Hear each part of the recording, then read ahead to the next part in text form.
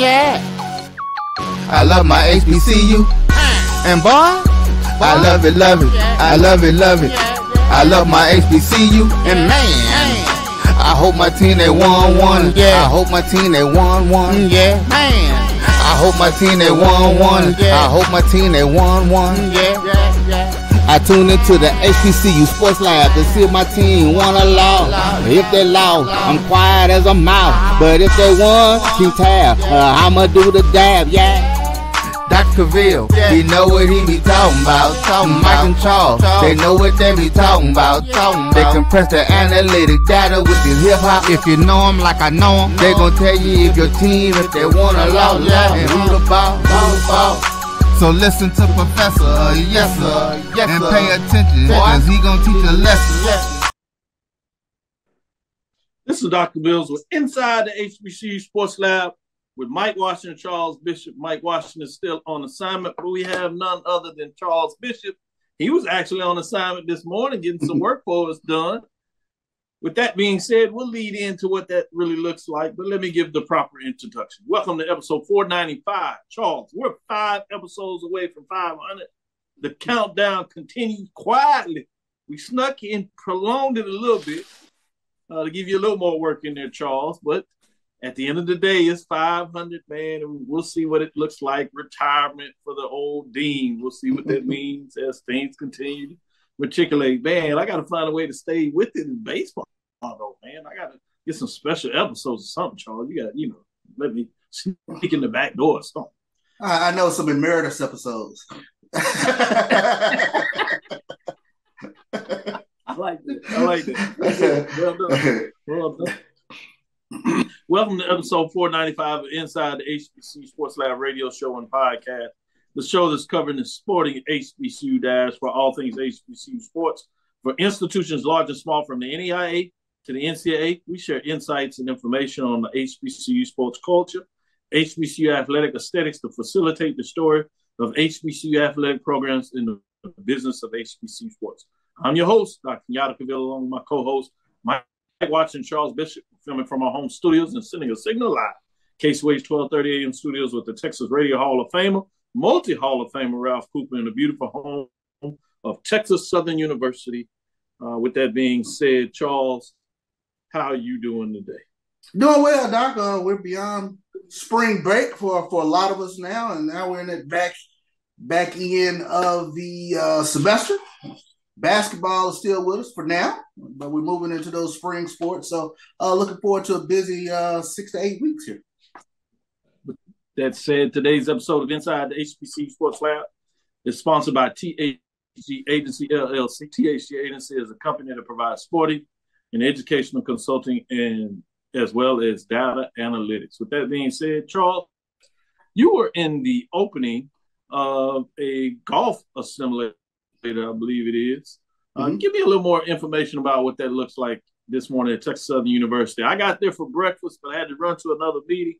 I'm glad to see that you were able to cover information and let us know what's going on there.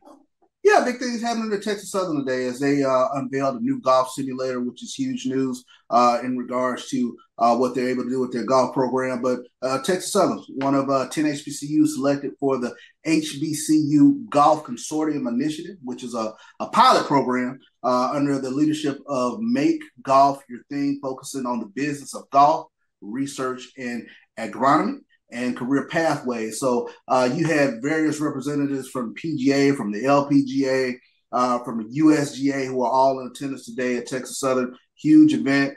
President, Provost, of course, Vice President of Collegiate Athletics, Dr. Kevin Granger, all spoke at this event, but it was a huge event for Texas Southern golf today.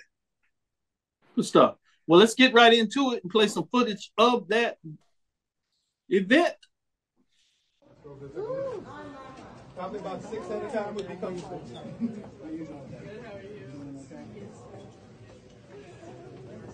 Hi. How you doing? Good to see you. This is awesome. Oh, yeah, sure, yeah.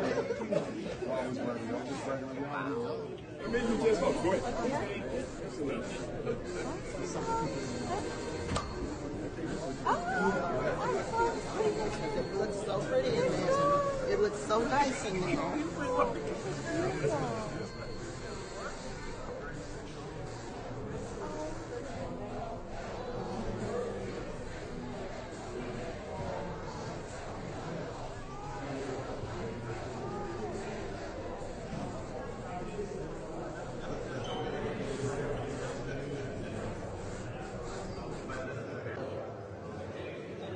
Vice President of Collegiate Athletics, Dr. Kevin Granger, here, ribbon cutting for the Texas Southern Golf. What does it mean for the Texas Southern athletic community to have this new toy, if you will, for Texas Southern Golf? Oh, it means the world for our department and for our student athletes. It gives them the opportunity to come in and work out, whether it's rain, sleet, or shine, or snow. Give them an opportunity to come in and practice and tone in and hone into their craft, their skills.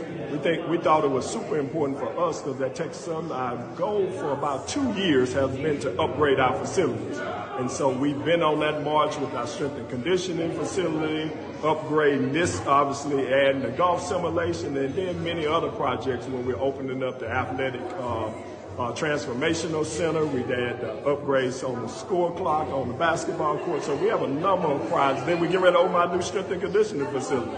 So we're staying to our mission, staying true to our mission of making sure we upgrade for our student athletes. The corporate community embrace this opportunity. What does that mean for Texas Southern Athletics? Well, it means a lot. We couldn't have gotten it done. Let me be clear. We couldn't have gotten it done without the support of the partners and forming that partnership. That partnership allowed us to bring this to a reality. We had a vision for it and things of that nature, but obviously when you have partnerships and people behind you that's assisting you, it allows you to get there much quicker. All right.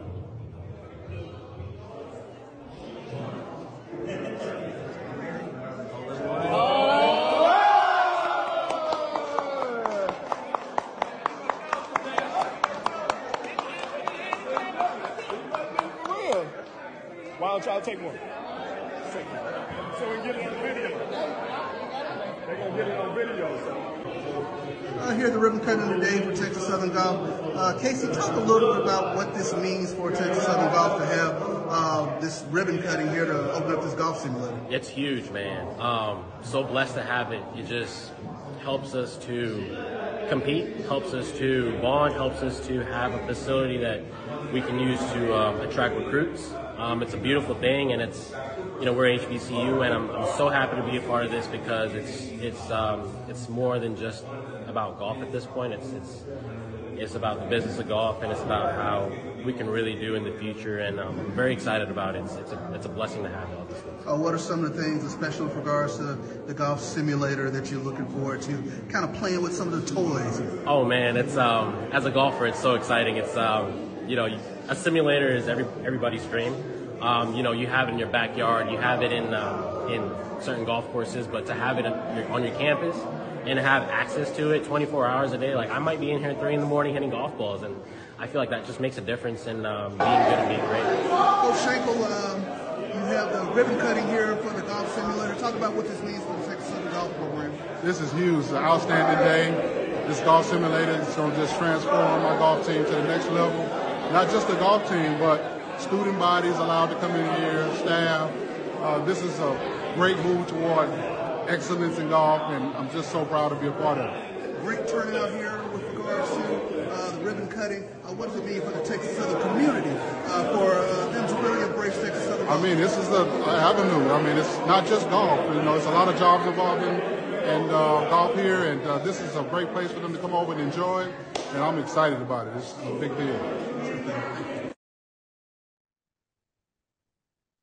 So that was huge today, Dr. Cavil, in terms of what Texas Southern was able to get done, unveiling this golf simulator, unveiling the room where they practice in and things of that nature. So for everybody to kind of come out and take a look at some of the new toys that Texas Southern Golf has, huge. And like I said, partnering with the business community, if you will, definitely the LPGA, PGA, USGA, it goes a long way in terms of making this golf program a driving engine, if you will, with regards to Texas Southern Golf. Did you get to take down your camera, your interview microphone, and get some swings in to test it out? When everybody kind of cleared out, I did put a little bit in there. I had some little have some little breaks in there. That's going to be a lot of fun because Coach Schenkel did say it's for students, it's for the golf team, it's for faculty and staff. So I listened to all of that. So I'm like, yeah. He's like, yeah, that's me. Yeah. Oh, that's good stuff. With that being said, let's get into some of this news of the day. It's some good stuff in there. I had a chance to watch the game yesterday, semifinals. Langston made some big plays, closed out strong, and got it done as they clinch a spot in the NAIA National Championship berth for HBCU Sports. Langston Lions Championship hope to live on as they knock off the reigning national champion College of Idaho 58-52 to secure their spot in the tournament finale. It's the first time that an HBCU has a chance to win a national championship since 1977. Guess who? Texas Southern Tigers. Texas Southern Tigers, yeah. The way to connect the two, so I thought that's a big deal. Obviously, Talladega played for a championship 2 years ago with Chris Wright. That's the coach of Langston now. They couldn't quite get it done in 2022 in terms of his appearance. So big time, first national championship appearance for Langston. And that game is tonight. It'll be right after our show. So as I head home, I'll have it on the phone there to kind of watch it as I'm driving home, or at least listening to it, as they say. So that's going to be a big deal. Intriguing to see what goes on there. Anthony Roy, big minutes, 12:34 left, fouled as he did his three-point attempt, and they hit like 3 consecutive threes to take the lead back, went back and forth. And then that defense that many people have talked about, particularly AD, Drew talked about how defensive was their strength in a lot of ways while people were focused on their ability to score. That defense really stood strong with some big plays down the stretch to put it in a position to win that championship. What were your thoughts in terms of that big win in the semifinals last night? I think you touched on it. I think the history part of it, I think that's one of the things that jumps out at me. Like you mentioned, Talladega had an opportunity to play for it previously, and now Langston gets an opportunity. But reaching back into that history of HBCU basketball, that connectivity. Last time you had a winner from HBCUs with Texas Southern back in 1977. Langston has an opportunity to do something really historic, and probably as hot a name as any, Chris Wright, in terms of what he's been able to do at Talladega and Langston. I'm sure he's getting a few phone calls right now in the midst of this championship run. So, we'll see what the man concentrate. He got one more night. Let him got one more. Right. Y'all always want to plan for the next person. Slow down. That's true. Cortez Mosley led the Lions with the team high 14 points, while DeMonte Brown came off the bench to score 12 points, including 2 big three-pointers. As that zone that College of Idaho would have made anybody that's a fan of the Syracuse Orangemen proud. But at the end of the day, you got to go through the middle. They figured it out and passed the wide open people in those deep corners, and they hit those 3. And then when necessary, they would take the shots from that middle of the zone, and they hit some big ones. While they missed a couple of the fact that they were doing it. They had a big man, 7-footer. They gave them some problems early when they were trying to take it to the rack. They would get blocks. And again, they kind of figured things out, and their defense kept them in the game, not allowing Idaho to get more than 5-point lead in that matchup, Charles. It does make me curious because you don't see a lot of teams. You mentioned Syracuse, but with this matchup zone, that was basically had a defensive stalemate for a second or two in regards to the game. But you don't see a lot of teams doing that, in total, especially watching basketball this past weekend. But I was just a little bit curious as to why you don't see more teams, force teams, try to make some perimeter jump shot. I think one of the things that I heard, and one that certainly made Syracuse zone so special, was the height they played it with. So you want a little height to really be effective so folks cannot quite see as easily over the zone and pass through it as much as possible. So while in the NAIA, I'm sure that you don't necessarily have a lot of height across the board, but they had that height that kind of anchored the system in the center, which helped them out in terms of of making it real difficult. So I think that's one of the reasons. And you really have to have some folks that are disciplined and like to play that and really understand how to move with one another versus most young people grow up and they play, 2-3 zone, those kind of things, but they tend to play a lot more man to man. So you're really hoping folks will be able to adjust to that new program. So I think that's part of it. And so I think coaching it is a little more challenging than people want. I did want to get into this before we get into some of poll rankings. Not a lot of changes there, but it's solidifying. We do have some updates, obviously, with the win totals. So we'll go through that just for the framework. But we have another championship. This one's at the Division I level, the CIT, College Insider Tournament Championship. Norfolk State will host. They were the number 1 seed. They had a bye. They had a big win over Alabama A&M. I watched that game. It was entertaining there. A&M actually led the game at half. And then in the second half, Norfolk State Spartans do what they do, at least what we've seen over the years, and really came in the second half with a little more defensive intensity, and were able to get it going offensively. Good crowd was there in Eccles Memorial Hall, as you know, that is legendary in terms of really turning on Spartans. So the fact they get this home contest and they got the break. Purdue Fort Wayne, I think they played Tarleton State, which those that recall, we talked about the first matchup opening round, they actually played Texas Southern. As Texas Southern traveled to Tarleton.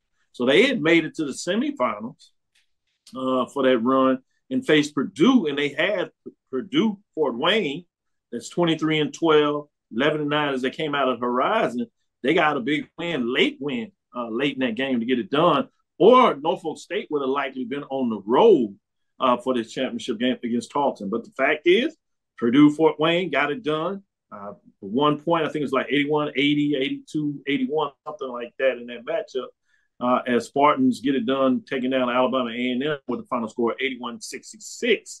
That game was Saturday. That was the John McClendon Classic to clinch the first ever appearance in the CIT title game. So big matchups, another championship on the line. This is one of the things I like. I like when you play for championships. A lot of people will talk about the NCAA or NIT as whether men's or women's, but the NCAA men's is the only one that has the payday. But I think when you're in the business of playing basketball and you get a chance to obviously give some young people an opportunity to continue to play, young freshmen and sophomore, another year in your system, seniors to kind of send them out the right way. I like the fact that coaches and programs decide if they do not make the NCAA that they find a way to go into other tournaments. I think it's good for the program, good for marketing. And anytime you have a championship, you'll do that. We might have a chance to play a video later, but if we don't, you've seen that a little bit with North Carolina A&T, giving them a shout out as they won their matchup and going into the third round as they play later this week. Unfortunately, Grambling lost last night. We had a chance of maybe seeing them to be able to go to a Final Four, if you would, for the NIT. We were looking forward to that matchup, but it will not be in terms of a quarterfinal matchup. You would have seen them two face up, but A&T survives and lives on. So fascinating there. Any final comments you want to talk about any of those championships or the framework of playing in big time games? I think, and you touched on it, great crowd in Eccles, and we saw a great crowd, of course, with North Carolina A&T. But kudos to these programs making deep runs into postseason basketball, and we're going into late March. We're still talking HBCU hoops, so that is significant. That's very significant. And like I said, and I want to laud the crowds that have come out to watch these home games. We talked a little bit about kind of the regionality of basketball on the East Coast or football in the South, but that's important. Well, we see these home crowds turn out for these teams and provide that six man, if you will. So I love seeing that. I love seeing these packed gymnasiums for postseason ball. So Langston will face Freed Hardman for the NAIA National Championship. That is 8 p.m. Eastern, 7 p.m. Central. That is tonight. It will be on ESPN 3 and I believe ESPN 2 as well. Again, the Lions can become the first HBCU to claim NAIA title since 1977.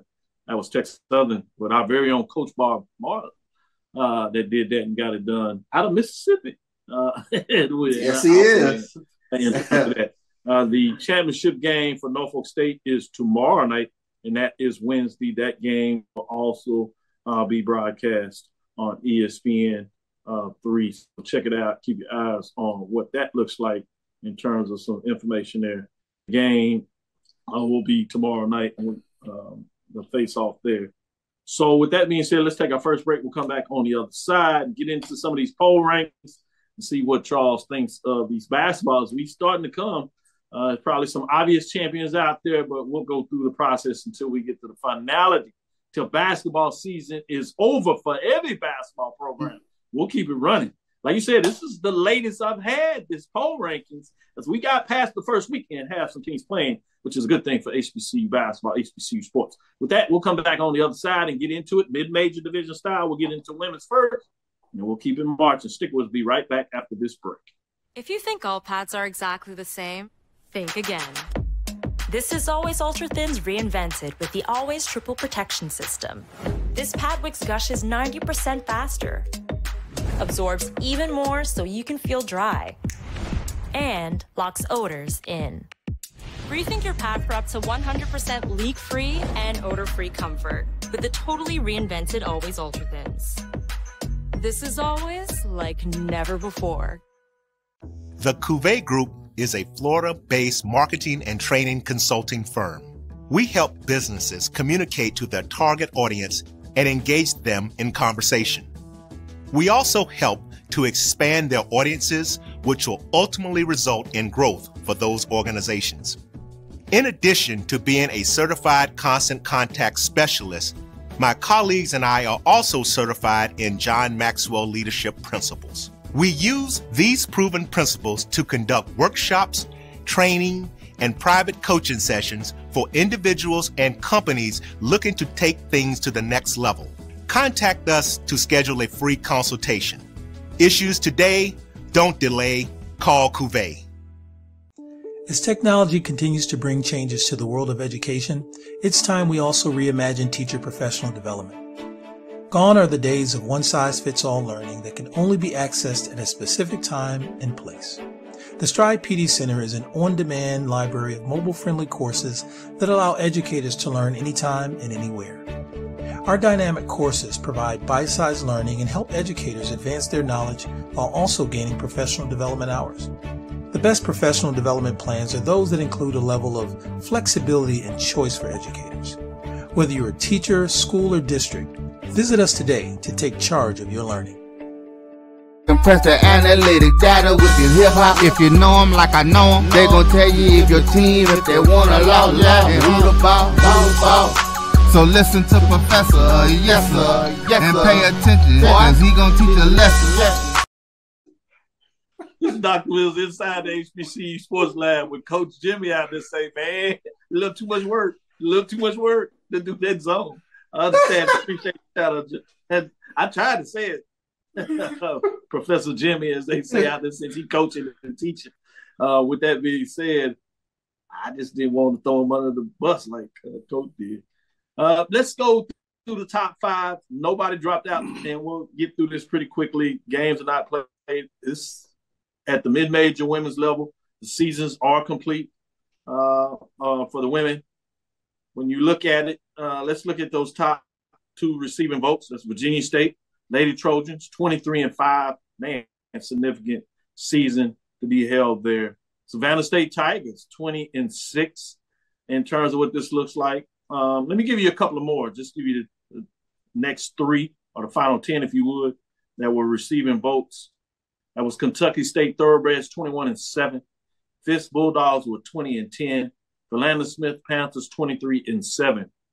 Let's get in the top 5. At number 5 were the Miles Lady Golden Bears, 23-7, 15-4. At number 5 and number 4, you have the Xavier Louisiana Gold Nuggets, 25-7. At number 3, Langston Lions, 24-8. At number 2, you have Rush Lady Bearcats, 28-4. And you had the Fayetteville State Lady Broncos at 29-3 as they lost that Tuesday, but we had already had the poll ready for X. So we'll give you that update. So their program record does update to 29-3. Fayetteville State NCAA Division II. Rush Lady Bearcats, NAIA. Langston Lions, NAIA. Xavier Golden Nuggets, NAIA. Miles Lady Golden Bears. You talking about the push they had, getting it done in terms of those tournaments. Virginia State Trojans did not make the tournament. Savannah State did not make the tournament. Kentucky State did not make the tournament. Fisk Bulldogs got in there for Lana Smith. So you have some teams there that you could have a postseason HBCU tournament, particularly with these 20 wins. Even if 4 might be tough to get 8, but you can imagine this happen, particularly if you go a little NAIA like you do for baseball, NCAA Division II, that championship out there. What are your thoughts, since the poll is kind of staying the same, so you can give some thoughts on that. I wanted to kind of get this in you. What would your thoughts be in terms of an HBCU postseason tournament for those students, those teams that did make NIA or NCAA tournament?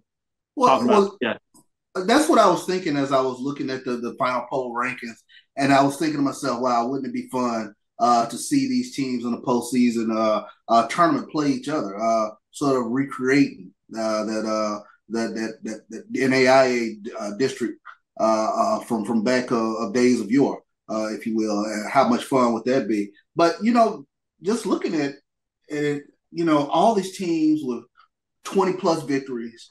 And then you have Fayetteville and Fayetteville State and Russ, both right there at the cusp of 30 wins. And 30 wins, that's that high watermark. That's that magical. You got a serious team when you're up close to 30 wins or over 30 wins. So that just kind of stands out, that you had these two teams that were right there in that 30 win mark. So it was a huge year for mid-majors in regards on the women's side. So it was fun to watch this past season. A lot of great basketball that was being played. Yeah, you talking about impressive. You talking about a handful of losses. Fayetteville State Lady Broncos with just 3. Russ Lady Bearcats at 4. You talking about not having knowing what it feels like to lose. Even Virginia State 23-5. They only had 5. But yeah, Virginia State Lady Trojans, the Kentucky State Thoroughbred. That would have been an interesting championship mix for HBCU tournament championship. I'd like to see that take place. But that being, I would have set that down in Nashville. Exactly. right there. In the place to be. I certainly would have been not watching if I couldn't have gotten there to watch it in person. Let's take our next break. We'll come back on the other side and get into the mid-major for the men and tell you what's taking place there. That is not done. All the teams are out of playing except for one. We know who that was, and they will have their final game tonight. We'll see if that means holding up a trophy or not. That being said, stay with us as we come back on the other side. It's never too early to plant the seed, to share the tradition, and instill a sense of pride in your HBCU with your little ones. HBCU Pride and Joy Children's Boutique helps you share your school spirit with a wide selection of adorable kids apparel and accessories officially licensed from your favorite HBCU. Visit hbcupridejoy.com and follow us on all social media at HBCU Pride Joy on Facebook and Twitter. This is Brian Fulford. AD Drew and I are co-hosts of the BCSN Sports Lab. We talk about all things related to HBCU athletics. From the games, teams, coaches, and fan interest stories, we cover it all. You can find our shows on Facebook at BCSN Sports Lab, YouTube at MyJBN Online, and everywhere you listen to podcasts like Anchor, Spotify, Google, and Apple Podcasts. You can also find the show on the Jericho Broadcast Network's app. Make sure to download. We look forward to you joining the conversation and being a part of the show. I'm returning to Clinton Paris, and Tampa's my community. I grew up here, went to school here, and my wife and I make our home here. What makes Tampa special are its people. So when I represent someone injured in my community, it's personal. Call my office and speak to a real lawyer and not some referral service. I will fight the insurance companies to get the settlement that you deserve. At the law office of Clinton Paris, we take the pain out of being hurt. Since 2002, Empowerment Resources, Inc., a nonprofit organization, has empowered more than 1,500 youth and adults in Duval and surrounding counties through its programs Journey into Womanhood, Girls Mentoring, Life Skills for Teens, and Parenting Education Coaching.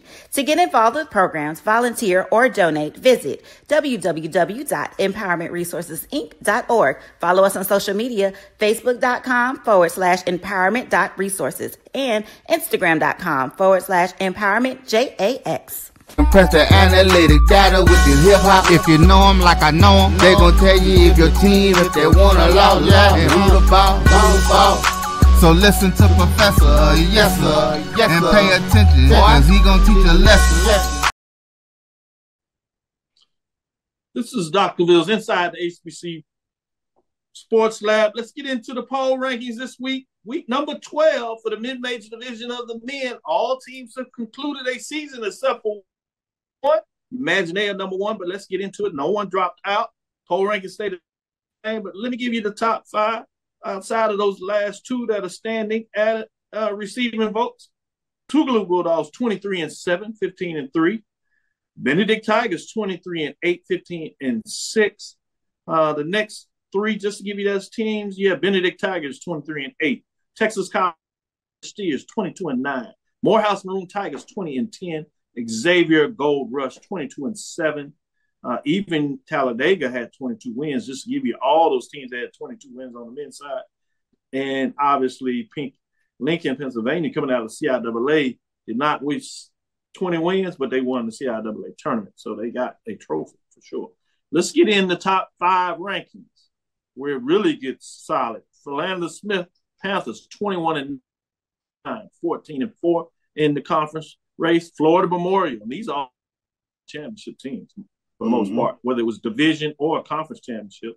Florida Memorial Lions 21-9, 14-4, or tournament championship, I say as well. Miles Golden Bears 22-7, 15-4 at 3. At number 2, Clark Atlanta Panthers 25-6, 16-5, having one of their best seasons in a while, getting it done.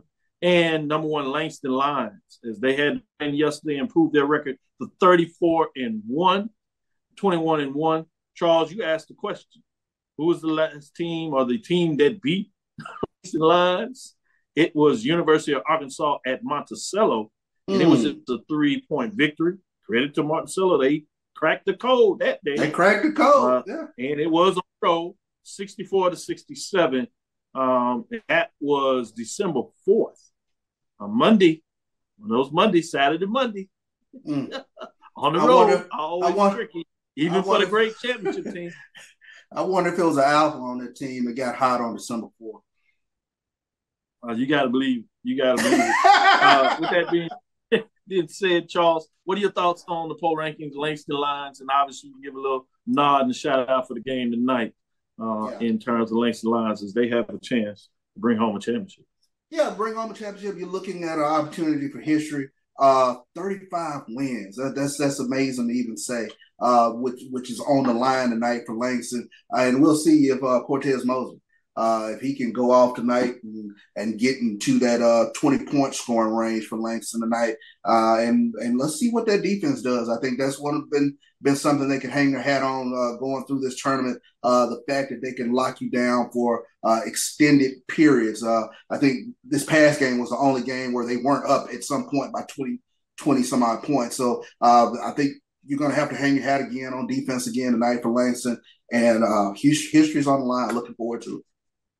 Whoever wins this game will have 2 victories over number 1 seeds. All number 1 seeds made through the Fab Four, as they say at the NIA in each division. Grace, that was number 1 team pretty much all season long. They lost to Freeman to let you know how talented they were. And then obviously Langston defeating Idaho, College of Idaho, that won the NIA championship last year. To give you some indication just how big this game is tonight.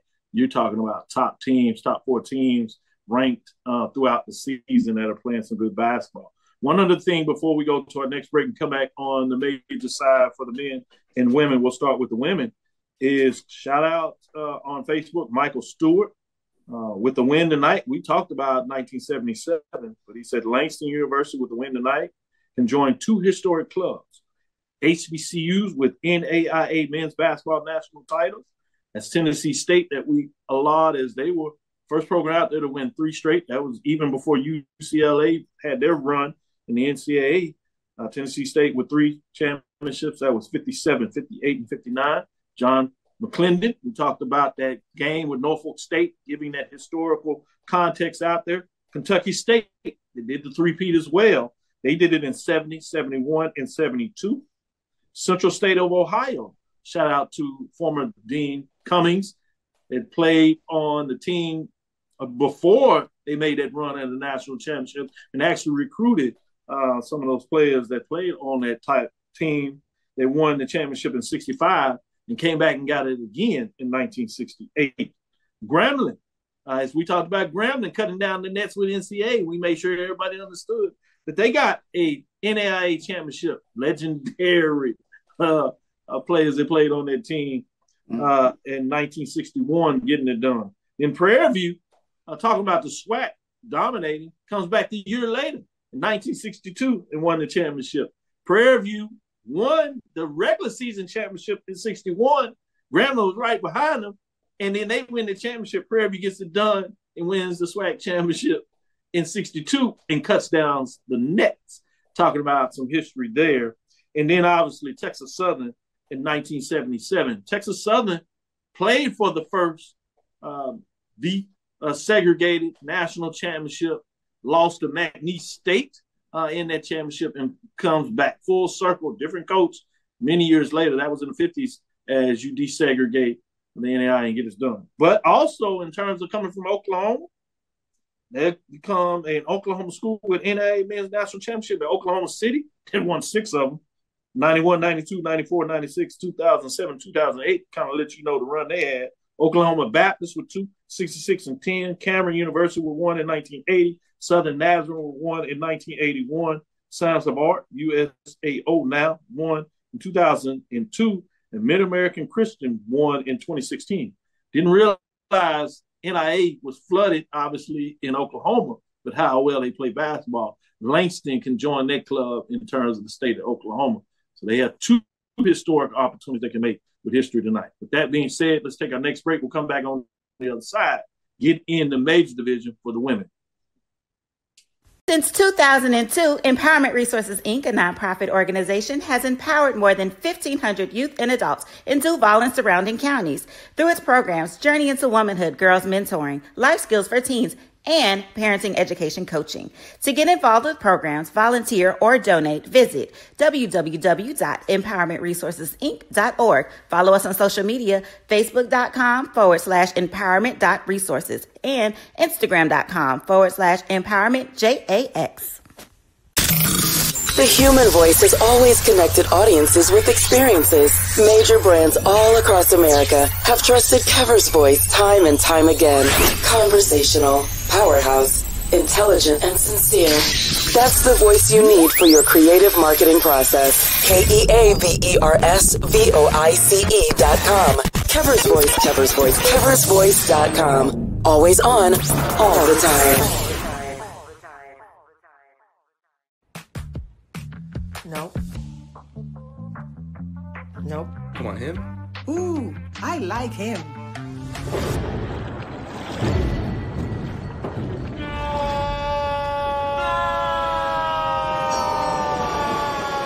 Quick, the quicker picker-upper. Bounty picks up messes quicker, and each sheet is 2 times more absorbent, so you can use less. He's an 8. He's a 9. Bounty, the quicker picker-upper. From novice to aficionado, find yourself here. High quality cigars plus personal customer service. Slow Burn is Waco's only mobile cigar lounge, featuring a meticulous, curated collection of premium cigars. Visit our website, www.slowburnwaco.com. That's www.slowburnwaco.com. Compress the analytic data with your hip-hop. If you know them like I know them, they gon' tell you if your team, if they wanna law, and who the ball. So listen to Professor, yes sir, and pay attention, cause he gon' teach a lesson. This is Dr. Cavil with Inside the HBCU Sports Lab. Let's get into the women's major division poll rankings as we have some updates of what took place from last week. Teams got into the NCAA or WNIT. We do have one team that continues to play. When this ranking came out, we still had two teams that were playing, so we'll give you those updates as they come up as well. No team dropped out. Top 5 teams are solid. They're locked in for this year, I believe it is. Those receiving votes, though, you had Howard Bison, 15-6, 10-4, played that great game against Norfolk State in the MEAC championship game there in that tournament. You had North Carolina Central Eagles that have really improved their stock in terms of making a statement on this season. It's a team on the rise, I would say. Charles, one that you want to keep your eyes on, is 16-15, had a winning season, very solid for where that program was just a couple of years ago, 9-5 in conference race. Let's get into the top 5. UAPB, Golden Lions, 17-6, 11-5. Certainly a solid season, got a winning record in terms of what took place there. Kind of faltered at the end, but very strong overall. North Carolina A&T, 4. North Carolina A&T State Aggies, 22-11, 13-5. Be interesting to see whether they find a way to jump over Grambling as they continue to win. They had 2 big wins, and their season continues. They're 22-11, 13-5. They're in the women's NIT. Talking about the women's NIT, you have Grambling State.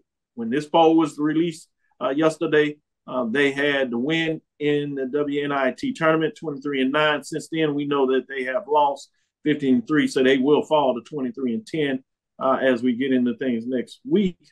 But you have Norfolk State Spartans that went into the NCAA women's tournament. They fall 27-6, 13-1. Great season, 1 loss, 73 points. And Jackson State Tigers, 26-7 as they end their season with a loss against UConn. And we saw what Becker did. For those that are kind of focused on the women's tournament just as much as the men, she made a statement in terms of where she was as a freshman. Kudos to her. I bring that all up to let you know, even as a 3 seed, how tough it is in the women's seeding. That's 16, 15, and 14. Another one tournament game over the last 10 years. So you got to find a way to get in that 12, 11 spot. But Jackson State, if they continue to do what they do and play at this high level, it wouldn't surprise me if they start to inch and find a way to get to that 12, 11 spot as they continue to push the envelope. There's something about the consistently finding a way to get in the tournaments, even though last year, obviously, they had the upset in the tournament, couldn't get in.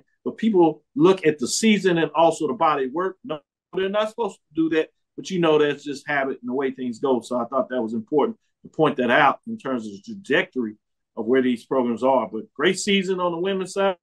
But I want to know what you think, Charles. As I take a look at these programs in the top 5, UAPB, North Carolina A&T, Grambling State, Norfolk State, and Jackson State, and I think coaches touched on it in the press conferences, especially during the tournament, is being able to kind of retain some of these players. And I think that's something that you've kind of saw sort of a blueprint with Jackson State in terms of keeping a core group together. Because Shauna Luckett was been in Jackson State's program for forever. Graduate student this past year provided that veteran leadership at point guard. Tion Bowler, Maya Crump. You had a lot of those core pieces that stayed together. And those teams that are on the come up, Grambling State, can they keep some of those core pieces together as well as adding some height that we see is tremendously important, especially once you get into tournament play and postseason play. UAPB, I think that was a coup to keep Zay Green. Zay Green said she's going to come back. So to see what Don Thornton can add to those pieces around UAPB. So we're in unprecedented times in terms of looking at the women's side of the ledger. You can make a hard case. The stars over there on the women's in the women's tournament, and the SWAC and the MEAC and the CAA, they definitely have stars within their program. So trying to see, can you retain some of those stars to play in the conferences? That's going to be huge going forward. You look at all those teams, Jackson State, Norfolk State, Grambling State, North Carolina A&T, UAPB. One of the things they were able to do this year is keep a lot of those players together, add a couple of pieces, and look what type of season they had. Many of them championship seasons if not championship level type of seasons, postseason participation and things of that nature rising to the occasion. But with the transfer portal, it becomes even more challenging in regards to keeping players. But it does open up, meaning that you have an opportunity to bring players in. And players tend to want to play for winning programs. And so when you're up there and you're playing for chances to play in the tournament and do something special, do something that never has been done, it gives you an impetus to be able to recruit a certain type of player that says, I want to do something different. And so it'll be interesting, as you said, to see what it means to keep pushing the envelope and getting stuff done. But kudos for HBCU basketball this year. Yeah. You said it, and I must say it again. Mid-major level or major division level, it's been a fascinating season. Let's take our next break and talking about a fascinating season. We'll go to the men's side and see what your thoughts are there as we get it done on the other side. Let's take our next break, come back, and talk about the men's in the major division poll rankings. Itchy, squirmy, scratchy, family not getting clean? Get Charmin Ultra Strong. Go get 'em. It just cleans better. With a diamond weave texture, your family can use less while still getting clean. Goodbye, itchy squirm. Hello, clean bottom. We all go. Why not enjoy the go with Charmin? At Hampton Law, our primary goal is to provide non-traditional yet effective solutions and redefine the approach to client legal concerns. As your trusted legal advisor, we believe in sophisticated, personalized services that eliminate the confusion and complexity sometimes associated with legal matters. Our high standard for client care and concern, coupled with our extensive legal knowledge and skills, make Hampton Law a resource focused on the protection of the client's interest and overall goals. We value our clients and truly enjoy working with them. Visit thamptonlaw.com to conveniently schedule an appointment online. Tamika Hampton Esquire, 1631 Rock Springs Road, Suite 336, Apopka, Florida, 407-494-1471. thamptonlaw.com. Nope. Nope. Come on, him? Ooh, I like him.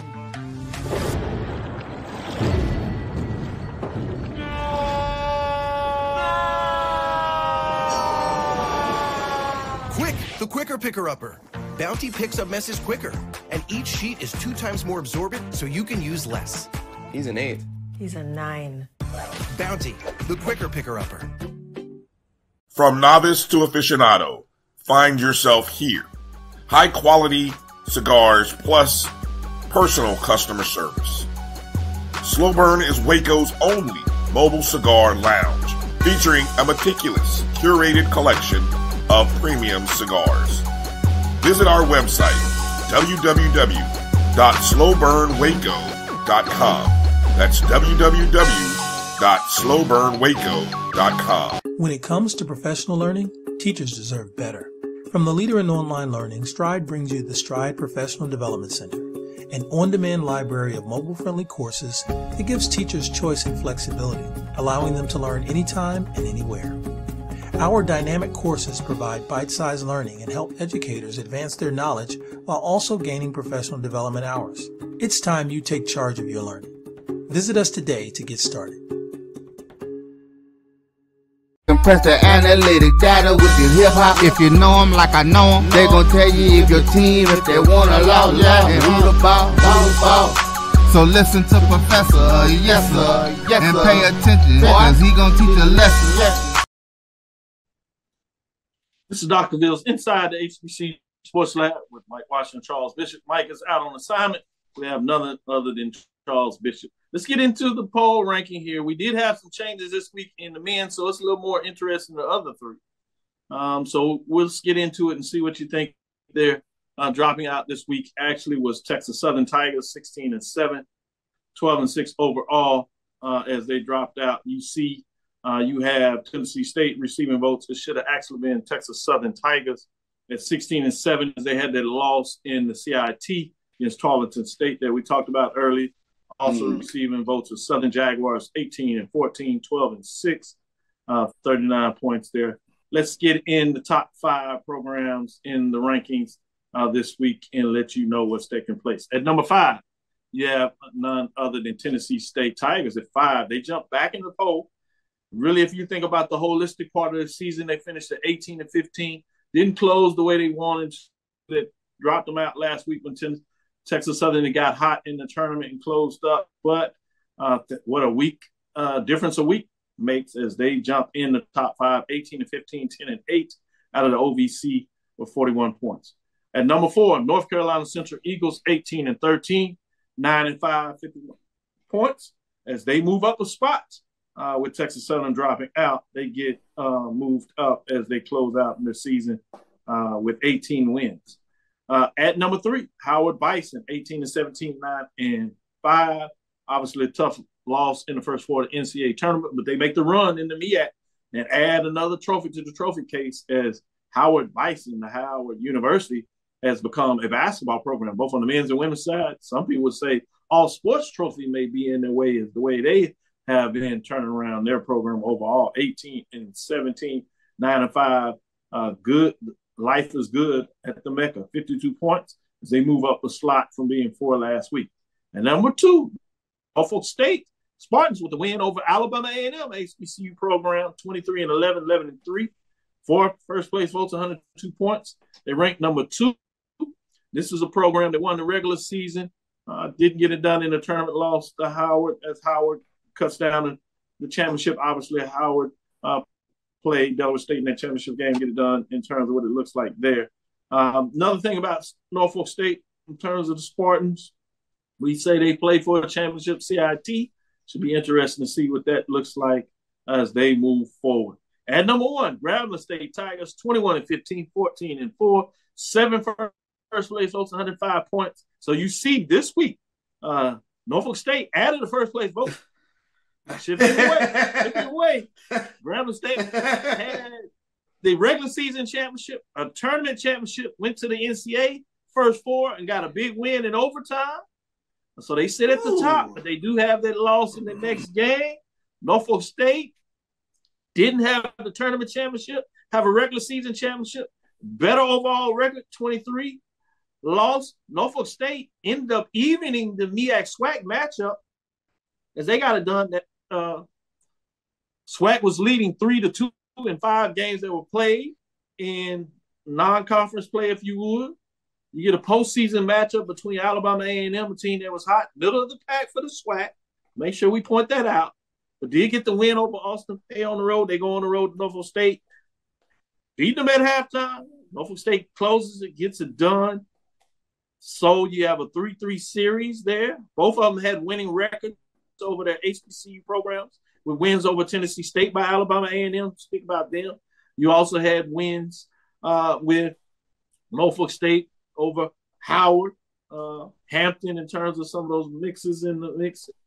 And so both of them have winning records when you have Central winning over A&T. So fascinating to see what that looks like non-conference. But my question to you, Charles, is I kind of elongate this out, get you smiling, maybe lather you up, all the listeners out there. If Norfolk State gets it done tomorrow, wins a CIT championship, can they pull away 2 votes? They need to get 2 more. They pulled away 1 this week. Can they pull away 2 more votes, which would put them over Grambling, because that means they've taken them from Grambling. So Grambling goes to 5 first place votes there in terms of 2. And then Norfolk State goes to 6.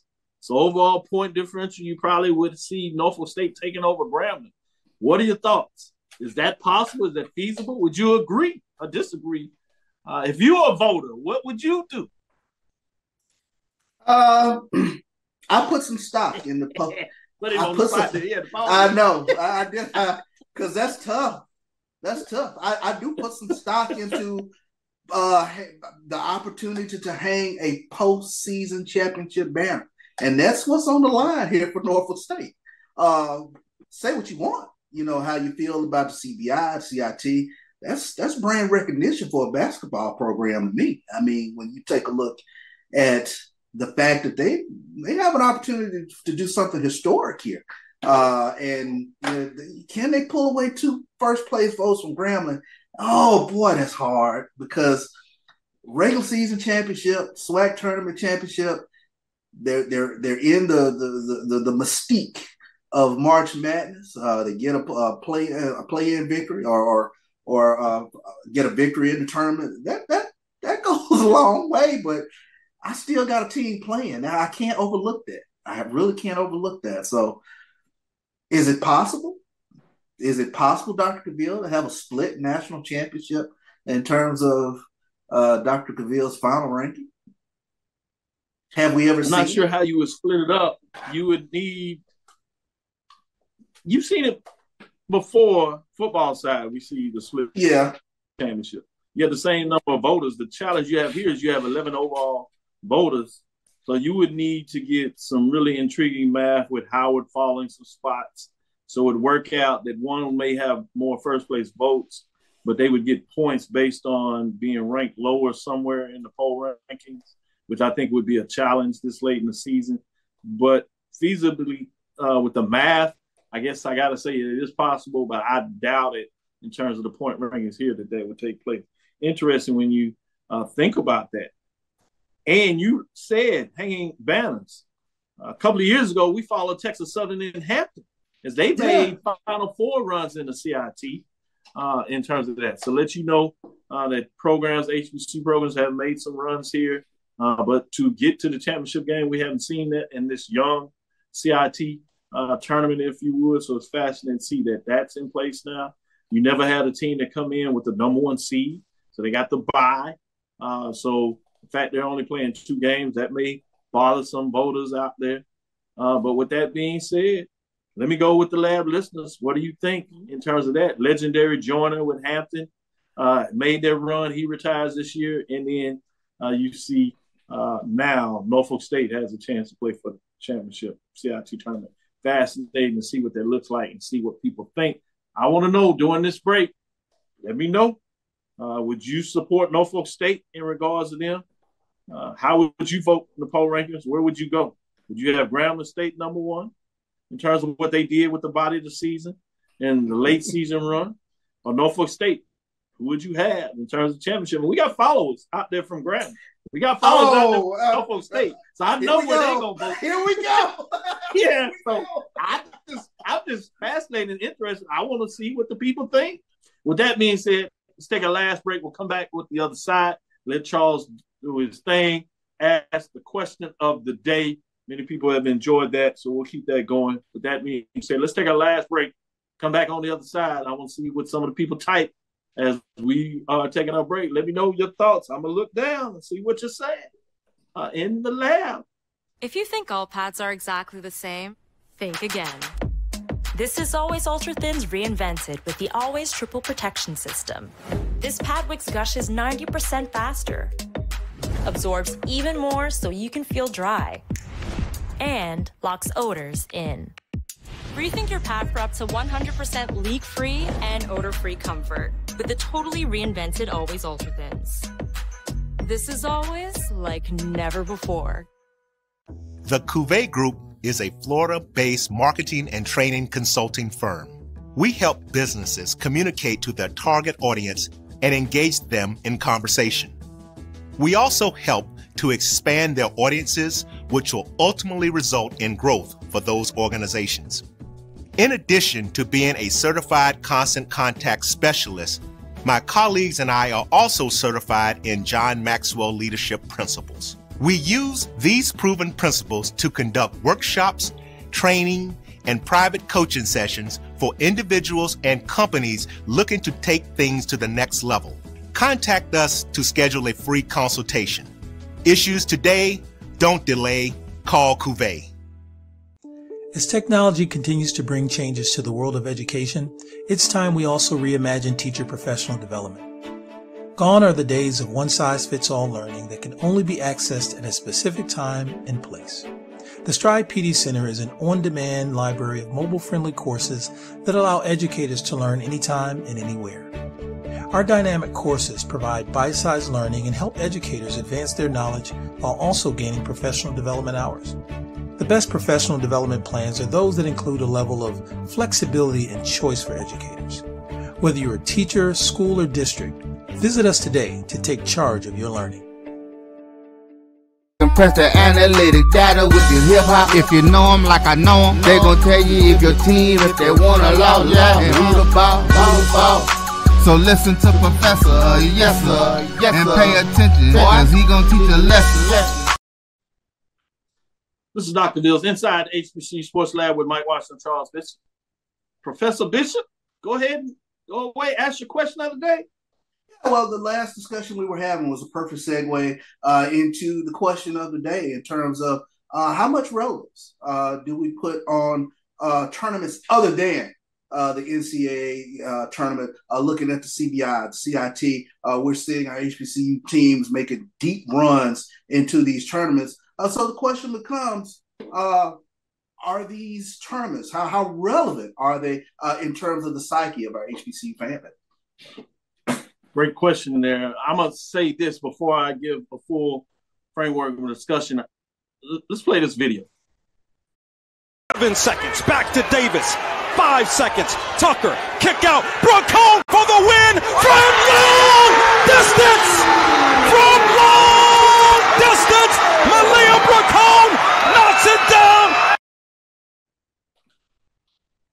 Dr. Ville's inside the HBCU Sports Lab. Charles, I think that's evidence. As you seen a Pat Corbett arena and you saw the fans that were there, it's mostly students, how engaged they were. And for folks that don't know, that was the WNIT. A&T won their second round game. And as we said earlier in the poll rankings, they will continue to play. And so I think that's evidence that if you're in the basketball business and you're talking about growing your fan base, what you start to understand is the importance, how fans love the camaraderie, the family that we talk about that's unique to HBCUs, general and sports fandom, as you talk about, and how people celebrate victories. People don't necessarily know the nuance in regards of the value. Obviously, NCAA is in your face all the time, the March Madness tournament. But at the end of the day, the value of winning championships at various levels or in various tournaments outweighs the fact that you shouldn't play in it in terms of understanding what that means. Now, all those fans that were connected, they're going to remember that they were in the building when A&T had a dramatic win in a postseason event. And people are not going to worry about that much about whether it's WNIT, NCAA. Those for the general fan base is not something they really recognize, CIT, CBI, but they do understand the value of how they felt and how they can tell other fans that I was there. I was on the sideline. That's me jumping on there. I was on TV celebrating that our women got it done.